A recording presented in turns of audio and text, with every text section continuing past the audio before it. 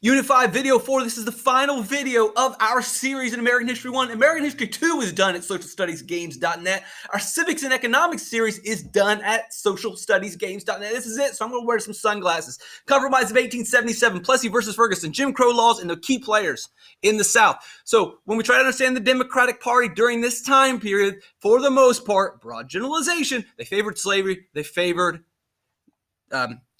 segregation. These were the ex-generals, the former leaders, the former political leaders, the former office holders of the South, of the Confederacy. These were the Democrats, the plantation owners, the rich, the elite, the wealthy. Also in the South, you had former soldiers and you had the workers, the farmers. They were all Democrats. To make them all the same or put them in the same pot together, again, probably dangerous to do that. Obviously, these leaders probably had slaves. The public officials probably had slaves. And obviously, the plantation owners had slaves. But the soldiers, for the most part, they didn't own slaves. They were poor. And many of the poor working class farmers didn't own slaves. They were poor. But that's not to say they were for equality. And that's not to say that they were against slavery. If they had the money to buy a slave, they probably would have bought a slave. They did go fight a war where slavery was one of the components of that war. For the most part, that is your understanding of the Democrats in the South during Reconstruction. The elites, the plantation owners, the people that were part of the slave power that led the nation towards secession and led the nation towards war, their punishment will be they're going to lose their voting rights. They're going to lose their rights to hold political office for about 5 years. Eventually, they will be granted amnesty, and the North will allow them again to be active in politics. But during the first part of Reconstruction, former generals, former leaders, office holders, government officials, you guys are done. You're not getting involved, because if you get back into politics and you're allowed to start making laws and making decisions, we're just going to go through this mess again. So you guys need to stay back. The Republicans, on the other hand, the party of Lincoln, they were anti-slavery, but they did believe in discrimination. They didn't really have a hard view of segregation. We often make this mistake, and you can blame your teachers for this, that we teach that this angelic view of the Republican Party, that these were heroes, these were saints, that they were not just against slavery, they were against racism, and that's just not the case. The Republican Party was a coalition of abolitionists who absolutely would have lived up to this angelic, dogmatic, this fight against racism and slavery. That's true, but they also agreed to work together with people that were just straight up racist. Straight up racist. So the enemy of my enemy was my friend. And so all these people all united to fight against slave power. So when you think of the Republican Party, it's best that you don't just have this assumption that, oh yeah, they're against racism. No, they were fighting slavery, but segregation, not really a big deal. Racism, not really this thing that you necessarily need to associate with them. But what about the Republicans in the South? What are they doing? Who are these guys? Well, it's ex-slaves that have been freed, and so they can vote. They can also hold public office. We have carpetbaggers. So the bags, suitcases they traveled to the South with were made out of carpet. They're called carpetbaggers. Who are carpetbaggers? What do they do? So remember, Reconstruction. The government is going to reconstruct the South. Physically, they're going to rebuild it, and also mentally. That's a job. That's literally a job. Someone has to do the job of rebuilding the South. Someone has to do the job of rebuilding the mental mindset of the South. Who's going to do that job? Oh, you're going to pay a bunch of money? Oh, I'm ready. I'll move to the South. You're giving out money to go do stuff. I'm good. Let's go. Let's go. Let's go. So a bunch of people from the North see this opportunity to go to the South, make money. Southerners not very happy with this. Those are the carpetbaggers coming to the South. And for the most part, what are they doing? The Northerners are moving to the South and telling the Southerners what to do. Imagine that. So wherever you live, imagine that some people from out of town move into your town, and the government funds those people to tell you how you're supposed to live your life. You can sympathize with the Southerners. Now, obviously, you can't sympathize with the Southerners when the Southerners' view is racism and inequality. You can't sympathize with that, but you can sympathize with the idea of, oh, the government's paying those guys to come tell me how to live my life? Yeah, I don't like those guys. So carpetbaggers were despised, they were hated, they were loathed. Also, carpetbaggers are going to move to the South because land's really cheap. There was just a war here, and there's a lot of places to buy land, a lot of opportunity. Not going to work out very well for the carpetbaggers, but anyway. Also, part of the Republicans in the South during the Reconstruction are going to be the Scalawags. The Scalawags, or Scallywags, however you want to say it, northern or southern or wherever you want to say it. So these are the guys that lived in the South. They were farmers. They weren't rich. They weren't wealthy. They typically lived in the northern states of the South, not the North, but the northern states of the South. They didn't own slaves. They were kind of on the fence. For the most part, they were pro-union. They didn't really want to go to war. They didn't want to secede. They didn't own slaves to begin with, but they were in the South, and they had friends that were in the South. When the war is over, they'll say, all right, man, join the Republican Party. They're spending all this money. They're doing all these things. They're helping people out. I can either pick the losing team or the winning team. If I side with the Democrats, I get nothing. If I side with the Republicans, maybe I can get help from political officials. Maybe I can get loans. Maybe I'm going to get government help. I can go with the Democrats and get nothing, or I can just join the Republican Party. Say, hey, I'm a Republican. Help me out. Yeah, okay. I just vote for you guys and you'll help me out. Cool deal. So that's what the Scalawags did. So they were loathed and despised by many of the Southerners as well. I mean, this is your modern example of a Scalawag. Because, I mean, basically, these switching teams. He's switching teams for more money. He's switching teams for better opportunities.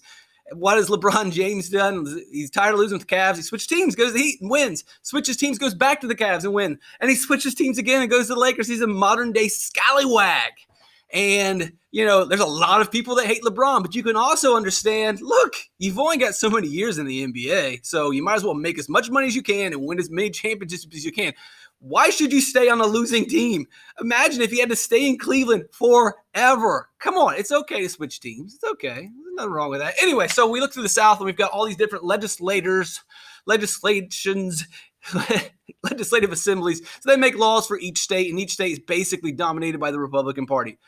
How is the Republican Party winning all these elections? Because the Democrats had their political rights taken away. They took all the political rights away from the former office holders, from the former politicians. And also, you enfranchised a whole group of people we used to call slaves. They're now freemen. They're now voting. Boy, I wonder what side they're going to vote for. Republicans who freed us, or Democrats who tried to make us slaves. It's not even close. It's not a surprise that the Republicans are going to control every legislature. You just added a bunch of votes and you took a bunch of votes away. And so through this power of the new black voters, the carpetbaggers, the Scalawags, they're going to pass a bunch of laws, and these laws are going to create education opportunities, healthcare opportunities, roads, rivers, you name it. All this stuff is they're building rivers, canals, infrastructure. They're building up the South, the stuff that was taking place in the North years and years and years ago. Finally, the South is starting to get on board with advancing, maybe possibly industrializing, maybe creating a new South. Oh, the Klu Klux Klan. Well, we got to talk about these guys. Who's the KKK? Why were they formed? It's a terrorist group. Period. Terrorist group. They were terrorizing people, and they were terrorizing people for political power and for governmental power. So what do? They terrorized black voters and black politicians. They terrorized carpetbaggers. They terrorized Scalawags. Why were they targeting these people? They were targeting all these people because they belong to the Republican Party. The main enemy, obviously the main enemy of the Klu Klux Klan were blacks, also probably Catholics, also probably Jews, basically any minority group that they didn't like. That's the way the Klu Klux Klan was rolling. But the bigger picture was, they had people that they hated. But what they wanted to do, what their biggest enemy was the Republican Party. Because if they can take out the Republican Party, and by taking out these different people in the Republican Party, they then can take over control of their state legislatures or their state governments or their state congresses or the state general assembly. Once you remove the Republicans, the KKK and the Democrats can take over. The Democrats can take over, pass their laws, which are, we'll get Jim Crow laws, laws of inequality, laws of discrimination, you name it. All this is going to happen. So KKK's got a lot of enemies, but if you're asking me right now, what is their first enemy is the Republican Party. But now, obviously their ultimate goal is racism, but the way towards that racism is to fight against the Republicans. And people are like, aren't the parties switch around, and there's no real party that's absolutely racist. Don't believe anyone that's going to try to tell you that. Speaking of racism, yes, obviously you've got some obvious racism in this picture, but it shows this political cartoon what the two beliefs kind of were. The Democratic Party is the party of the white man, and the Republican Party is for T-Negro. So racism clearly in the language, racism here in the picture, but it gives you the idea of the key players in the South. Who were the Democrats in the South? Who were they favoring? What did they believe? Who were the people that were belonging to the Republican Party? What did they believe? So there it is. There's your two different groups.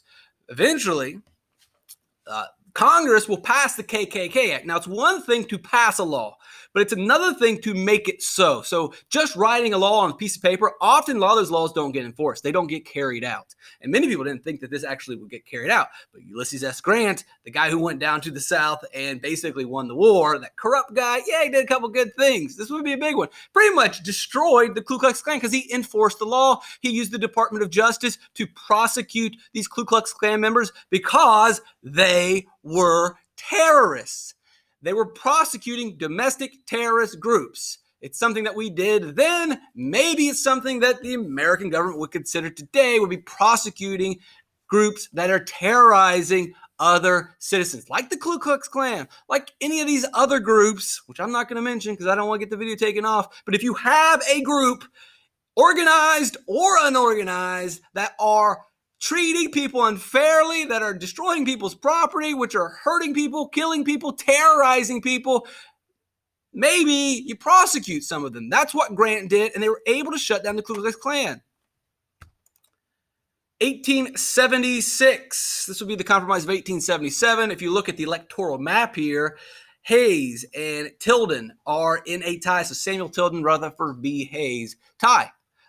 185 electoral votes, 184 electoral votes. No one gets the majority of the votes. So no one gets to be president. How do we decide? Well, it's going to go to Congress, and there's kind of a bunch of different things that will get worked out if you're reading the actual rules.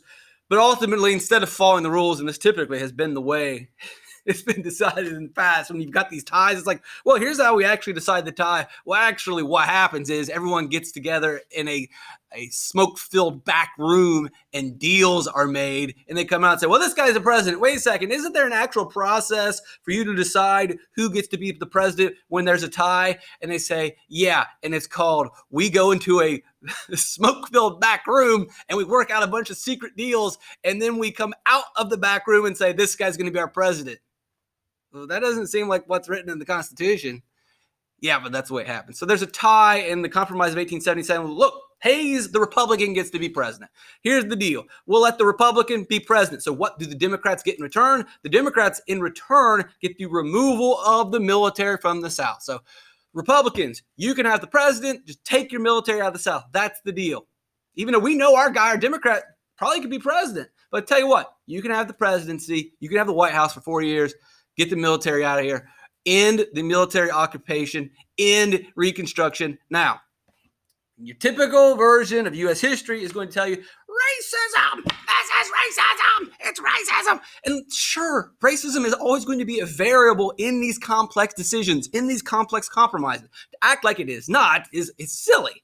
But then to act like it is the only reason that this was just straightly, purely an act of racism, purely an act of not caring about the minorities in the South, that's not true. Is it a part of it? Yes. But we have to avoid this idea that we can just, this is the worst one of all. We always lean on this. We're like, oh, this is pretty complicated. How are we going to ever explain all these different, I would just say it's racism. Okay, cool. All right, great. On to the next lesson. Unfortunately, you can see a lot of your social studies courses do this, where, oh boy, this is a really complicated issue, and it's so complicated that he has trouble saying complicated. This is a very complicated issue that's going to take probably 2 weeks to really go through all of the evidence, and even at the end of 2 weeks and exploring all the evidence, there really isn't one factor, and that's just going to confuse the students. What do? I got an idea. We can do it all in 1 day.